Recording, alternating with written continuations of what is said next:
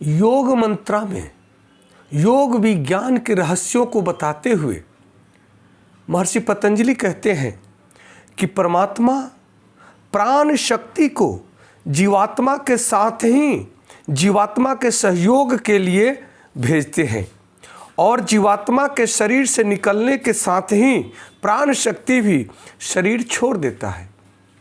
इसलिए हमें शुद्ध आहार, गहरा नींद, ब्रह्मचर्य और प्राणायाम के द्वारा हमें अपने प्राणों को शक्तिशाली बनाकर अपने प्राणों की रक्षा करनी चाहिए।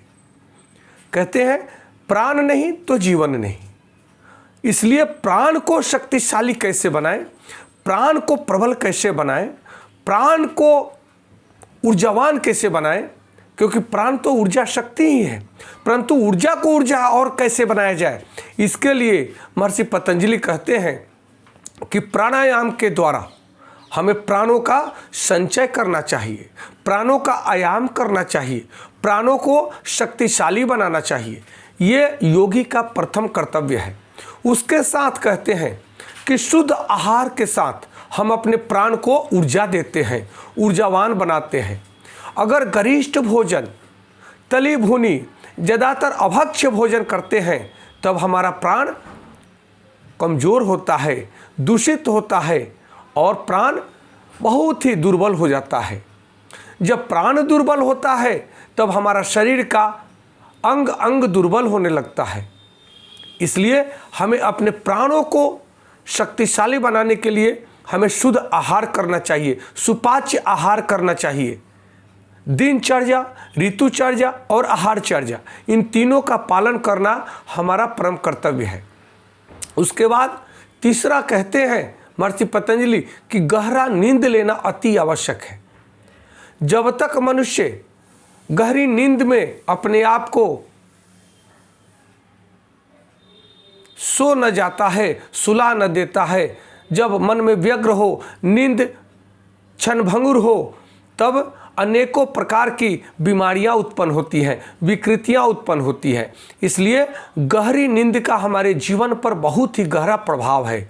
हमें गहरी नींद के साथ में अपने आप को जोड़ना चाहिए। जब आप अभक्ष्य भोजन करते हैं, ग्रसित भोजन करते हैं, गरिष्ठ भोजन करते हैं,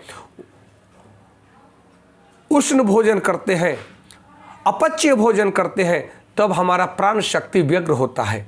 जब प्राण शक्ति व्यग्र होता है तब हमारे मन व्यग्र होता है। जब मन व्यग्र होता है तो मन के अनेकों प्रकार के दूषित विचारों से हमारा मन और व्यग्र हो जाता है, जो अनेकों प्रकार की विकृतियां उत्पन्न करता है। अनेकों प्रकार की विकृतियों से अनेकों प्रकार की बीमारियां उत्पन्न होती है और वह बीमारियां मृत्यु का कारण बनती है। इसलिए हम सबका परम कर्तव्य है कि हमें योग अध्यात्म को जानना अति आवश्यक है। कहते हैं कि आध्यात्मिक एवं भौतिक लक्ष्यों की प्राप्ति के लिए, आध्यात्मिक एवं भौतिक लक्ष्यों की प्राप्ति के लिए शरीर को निरोग और बलवान होना अति आवश्यक है। आध्यात्मिक या भौतिक दोनों लक्ष्यों को प्राप्त करने के लिए आपका शरीर शक्तिशाली, निरोग होना अति आवश्यक है। अन्यथा शरीर में रोग लग जाए तब न आप आध्यात्मिक लक्ष्य को प्राप्त कर पाएंगे, न आप भौतिक लक्ष्य को प्राप्त कर पाएंगे। और जब मनुष्य आध्यात्मिक लक्ष्य और भौतिक लक्ष्य से विहीन हो जाता है, च्युत हो जाता है, भटक जाता है, तब उसका जीवन नरक बन जाता है। इसलिए योग में महर्षि पतंजलि कहते हैं कि योग का प्रथम शर्त यह है कि अपने शरीर के अंग अंग को ऊर्जावान बनाए, निरोगी बनाए, बलशाली बनाए। और यह कैसे होगा? यह प्राणायाम के द्वारा होगा। प्राणों को प्रबल बनाने से, क्योंकि प्राण ही तो है जो हमारे अंग अंग में रक्त का प्रवाह करता है, अंग अंग के में जा करके उसे ऊर्जा प्रदान करता है। तो इसलिए हमारा प्रथम कर्तव्य है कि हम प्राणायाम करके अपने चित्त की वृत्तियों का निरोध करें, अर्थात व्यर्थ के विचारों से अपने आप को बचाएं, अपने मन को बचाएं, अपने मन को ऊर्जा बनाएं, अपने मन को सकारात्मकता दें। और सकारात्मकता कहाँ से आएगी? सकारात्मकता हमें प्राणायाम से आएगी। जब हमारा प्राणायाम हम जब करते हैं तो प्राण की शुद्धि होती है। जब प्राण की शुद्धि होती है तो विचारों की शुद्धि होती है। जब विचारों की शुद्धि होती है तो हमारा मन उत्साहित रहता है। आप देखेंगे कि जब आप सकारात्मक ऊर्जा के साथ होते हैं, सकारात्मक विचारों के साथ होते हैं, सकारात्मक वातावरण में होते हैं, शुद्ध आहार करते हैं, तब बड़ा आनंद की अनुभूति होती है। लगता है कि हमारे हृदय का विस्तार होता है, हमारा विस्तार होता है। परंतु जब ईर्ष्या, द्वेष, अहंकार में आप होते हैं, जब आप कुंठित भाव में होते हैं, हीन भावनाओं में होते हैं, तनाव में होते हैं और दूषित आहार करते हैं, आलसी जीवन जीते हैं, तब आप पाते हैं कि मैं सिकुड़ रहा हूँ।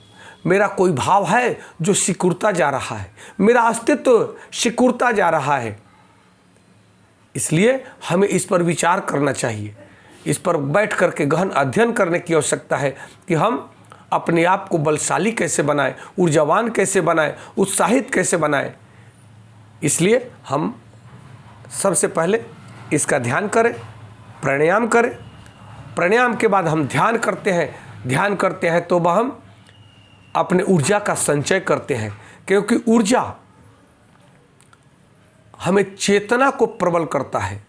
ऊर्जा शक्ति हमारे चेतना को प्रबल करता है और मौन हमें उस ऊर्जा शक्ति का संचय करता है, संग्रहण करता है। इसलिए हमारा परम कर्तव्य है कि ज़्यादा न बोल करके मौन रहना सीखें, कम बोलें, आवश्यकता पर बोलें, धीरे बोलें, मीठा बोलें, सत्य बोले। इसका ध्यान रखें, तब हमारी ऊर्जा सत्य और ऊर्ध्वगामी होगी, आनंददायक होगा। नमस्कार, धन्यवाद। जय श्री कृष्ण।